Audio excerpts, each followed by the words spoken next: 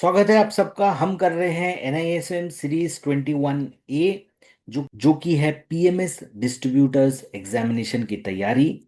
आज हम करेंगे चैप्टर नंबर 10 जो कि है performance measurement and evaluation of portfolio managers. Question number 91, absolute return measures. यानी आप जब अगर आपको कोई भी ये कहते हुए सुने कि भैया मेरे एब्सोल्यूट रिटर्न्स कितने आए, तो देखिए आपने सपोज आपको दिखा रहा है कि भैया आपका XIRR जो है वो 12% है। ठीक है। और आपने 2 महीने पहले ही इन्वेस्ट किया है, सपोज एग्जाम्पल के लिए बोल रहा हूँ। आप देखोगे आपका जो 100 रुपए का इन्वेस्टमेंट था, ठीक है, वो शायद बढ़कर अभी 101 रुपये हो गया। ठीक। तो उसने क्या कैलकुलेट किया कि भैया 1 महीने पहले इन्वेस्ट हुआ है, 1 रुपये बढ़ा है, तो 12 महीने में कितना बढ़ेगा, 12% बढ़ेगा। इस तरीके से कुछ आपका XIRR आया। तो ये हुआ XIRR। ये हुआ आपका एब्सोल्यूट 1% है absolute return. So total return earned will be named as absolute return. So correct answer is option number A, total return earned.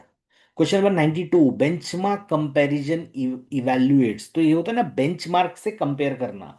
Suppose मैंने एक लार्ज कैप एक फंड है, मतलब फंड है, आप एग्जांपल दे रहा हूँ म्यूचुअल फंड के through.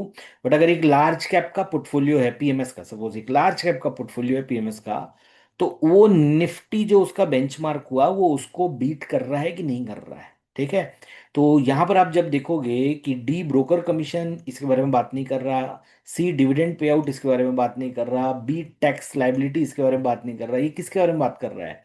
Correct answer option number A, portfolio का performance versus the market. Market means your benchmark. ठीक है। निफ्टी हुआ, बैंक निफ्टी हुआ, इस तरीके से। ठीक है। Question number 93, Sharpe ratio measures. याद रखिएगा ना, कुछ कुछ चीजें हैं जो हमें एकदम याद रखनी है, एग्जाम में बहुत हैंडी होती हैं। शार्प रेशियो का बेसिक मकसद है आपको ये बताना कि कितना रिस्क आप ले रहे हो रिटर्न के लिए। देखिए, एक होता है मैंने 10% का रिटर्न कमाया, लेकिन मैंने रिस्क लिया था 50% का।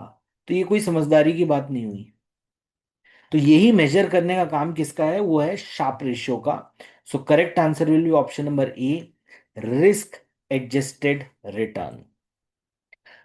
Question number 94, beta measures. Beta किसको मेजर करता है? वो मेजर करता है करेंसी रिस्क नहीं, सी लिक्विडिटी रिस्क नहीं, बी क्रेडिट रिस्क नहीं, बीटा मेजर करता है मार्केट के रिस्क को। सो the correct answer will be option number A, market risk. Alpha, alpha बहुत बहुत बार आपने सुना है। सो question number 95, alpha represents A excess return over benchmark, B inflation rate, C bond yield, या पोर्टफोलियो कॉस्ट। तो alpha का simple मतलब है कि जो मैंने आपको पहले कहा था कि भाई आपका लार्ज कैप पोर्टफोलियो है, निफ्टी ने इस साल 10% का रिटर्न दिया है। अगर अगर आपका जो स्कीम है या जो आपने पोर्टफोलियो मैनेज कर रहे हो, अगर उसने 12% का रिटर्न दिया है, इसका मतलब आपने 2% का अल्फा जनरेट किया। बेंचमार्क से ऊपर आपका रिटर्न कितना आया? तो ये आपको मिलेगा option number A, excess return over benchmark.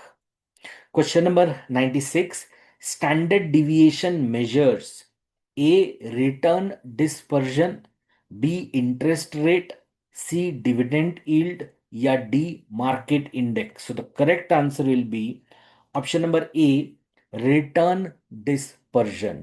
तो स्टैंडर्ड डिविएशन आपको ये बताता है कि रिटर्न्स कितने फैले हुए हैं। देखिए, एक बार मुझे आया 10% अप, अगली बार आया 2% डाउन, फिर आया 12% अप, और इस बार आ गया 20% डाउन। तो आप देखोगे कि ये अगर मेरा मीन रिटर्न्स है तो वहां से ये ना बहुत ज्यादा वेरी कर रहा है, तो यहाँ पे स्टैंडर्ड डिवीजन हाई होगा। तो ये जो रिटर्न डिस्पर्जन आप देख रहे हो ना, इसको मेजर करने का काम होता है स्टैंडर्ड डिविएशन का। सो the correct answer is option number A, return dispersion.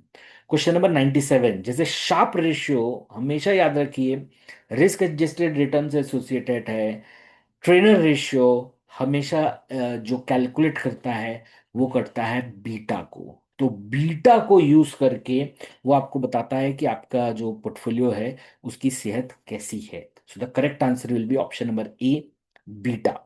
सो दोस्तों, जैसे आप यहाँ पर देख पा रहे हो ना, तो हमने बहुत सारे क्वेश्चंस मैंने आपको कराए। लेकिन अगर आपका एग्जाम है और आप एग्जाम को एक बार में क्रैक करना चाहते हो, तो हमने 500 क्वेश्चन का, 500 एमसीक्यू का सेम इसी पैटर्न पे, जो मैं 120 क्वेश्चन करा रहा हूँ उसी को मैं आगे एक्सटेंड करके 500 क्वेश्चन करता हूँ। तो उसका हमने कोर्स बनाया है। उस कोर्स को आप एक्सेस कर सकते हो, नीचे लिंक डिस्क्रिप्शन बॉक्स में आपको मिल जाएगा। साथ में आपको मिलेगा एक डिस्काउंट कूपन, आप उसको यूज कीजिए और एग्जाम को एक बार में क्लियर कीजिए। So question number 98, performance attribution analysis identifies D brokerage cost, C market index, B dividend policy या source of portfolio returns. So जैसे आप एक बुक पढ़ते हो तो पीछे में आपको ना एक एट्रीब्यूशंस रहते हैं कि भाई मुझे ये चीज यहाँ से पता चली, ये चीज यहाँ से पता चली। वैसे ही जब आप अपने कोई चीज को एनालिसिस करते हो, तो वहां पर आप एक एट्रीब्यूशन भी रखते हो कि भाई ये जो पोर्टफोलियो रिटर्न्स मैं आपको बता रहा हूँ कि बेंचमार्क का रिटर्न ये था, या मैंने इसका आपका रिटर्न जो मैंने निकाल के दिया है उसका सोर्स क्या है। So the correct answer will B A, source of portfolio returns. Question number 99. Benchmark should be A.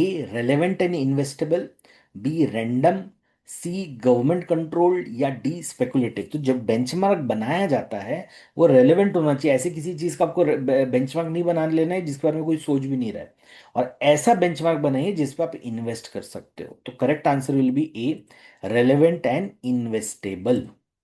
Question number 100. Portfolio evaluation helps improve investment decisions, B. Reduce diversification, C. Increase speculation या D. Avoid benchmarking। तो जब आप portfolio को evaluate करते हो तो वो आपके इन्वेस्टमेंट डिसीजंस को बेटर बनाता है, इंप्रूव करता है। सो correct answer here will be option number A, improved investment decisions. तो देखिए, चैप्टर नंबर 10 हमने कंप्लीट किया है। अब मैं आपसे मिलूंगा चैप्टर नंबर 11 के साथ। और आप अगर अभी तक आपने इस चैनल को सब्सक्राइब नहीं किया है तो तुरंत सब्सक्राइब कीजिए और हमें 10,000 सब्सक्राइबर तक पहुंचने में हेल्प कीजिए।